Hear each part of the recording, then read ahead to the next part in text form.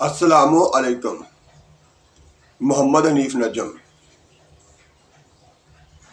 سچے مسلمانوں اور اچھے پاکستانیوں، آپ جہاں بھی ہیں، اللہ تعالیٰ آپ کو ہر جگہ اور ہر حال میں سلامت رکھے۔ اللہ تعالیٰ آپ کی حفاظت فرمائے۔ پڑھتے رہو درود مومنو، ڈیوٹی یہی تو ہے۔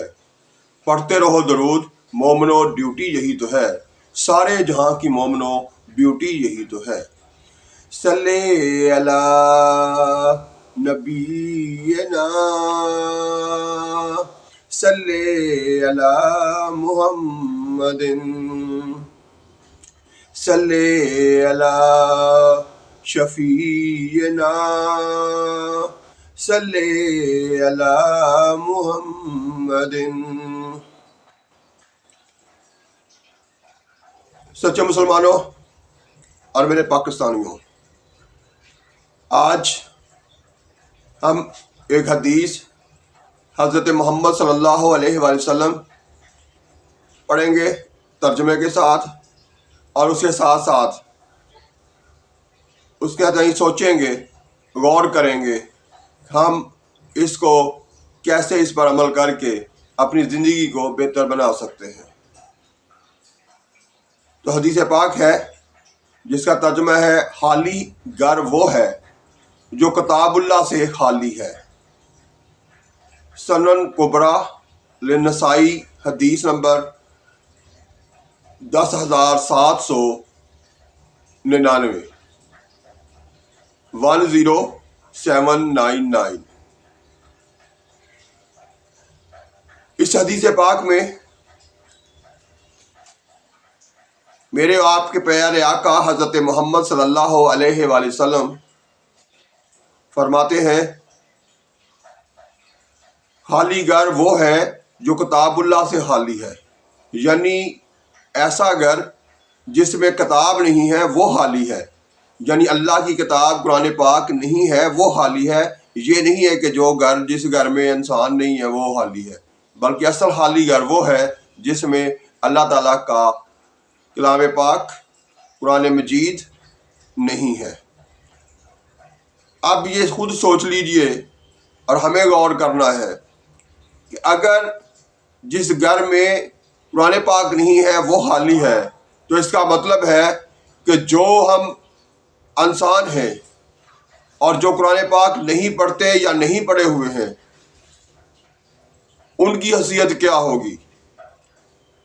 تو اس کا مطلب یہ ہوا کہ ہمیں روزانہ قرآن پاک پڑھنا بھی چاہیے، اور ہر گھر میں ہونے کو تو ہوتا ہی ہے۔ ہمارے ہاں مسلمانوں کے ہاں تقریباً اکثریت کے گھر میں بہت کم، شاذ و نادر ہی ایک دو گھر ہوں گے ہزاروں میں جن کے گھر میں قرآن پاک نہیں ہوگا، لیکن ساتھ ساتھ یہ بھی ہے کہ اسے پڑھنا ہے۔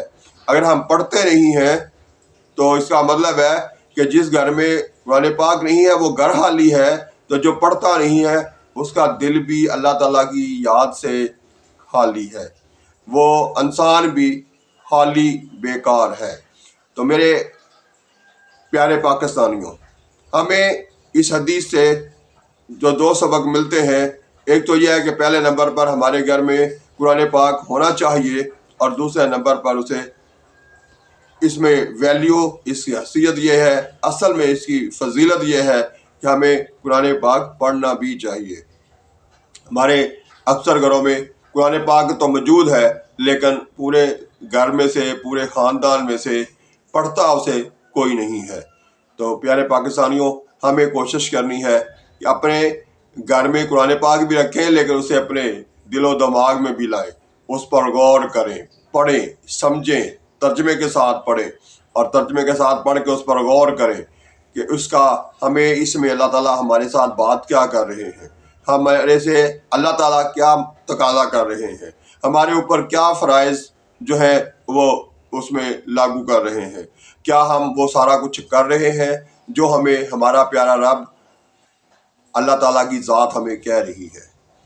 تو میرے پیارے پاکستانیوں، ہمیں اپنے آپ کو جلد از جلد درست راستے پر لانا ہوگا۔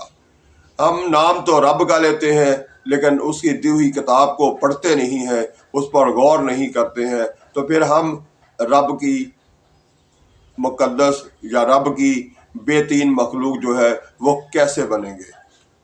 اللہ تعالیٰ کا تو ہمارے اوپر احسان ہے کہ اس نے ہمیں اپنے سب سے عزیز پیغمبر حضرت محمد صلی اللہ علیہ وسلم کی امت میں پیدا کر دیا، لیکن ہم نے اس احسان کو بھلا دیا، اس لیے ہم اپنے پیارے نبی کو، اپنے رب کو خوش کرنے کی کوئی کوشش نہیں کر رہے۔ تو میرے پیارے پاکستانیوں، آج کی بات جو ہے، آج کی حدیث جو ہے، اس پر اتنی بات، باقی باتیں انشاءاللہ اگلی ویڈیو میں ہوں گی۔ اللہ حافظ۔ پاکستان زندہ باد۔